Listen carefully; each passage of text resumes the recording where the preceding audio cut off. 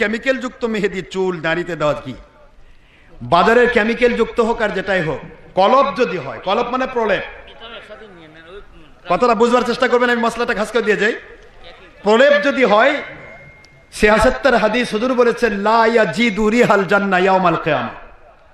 যদি কেউ nail polish, যেটা প্রলেপ, প্রলেপ বোঝেন তো, যেটা পাবলিশ করলে ভিতরে পানি ঢোকে না, সিনথেটিক, এই প্রলেপ যদি ঢুকানো হয় তাহলে নেল পালিশ হোক আর দাড়িতে কলপ হোক, এটা যদি প্রলেপ হয়, প্রলেপ বোঝেন তো বাবারা, তাহলে পানি ঢুকবে না।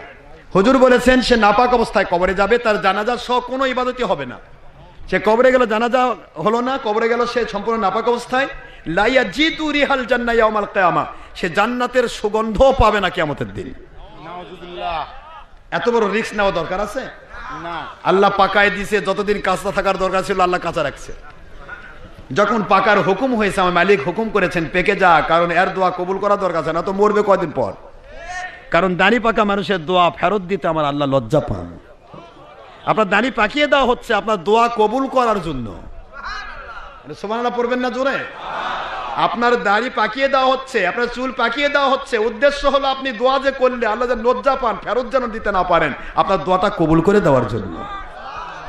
আর আপনি কি করতেছেন? পালিশ করে করে তা সাইজ করতেছেন, মন খারাপ করতেছেন আপনারা। সাধারণ মানুষের ভুল হতে পারে, জানে না, ভুল তো হবে, কিন্তু আমরা আলেম ওলামারা যেন ভুল না করি।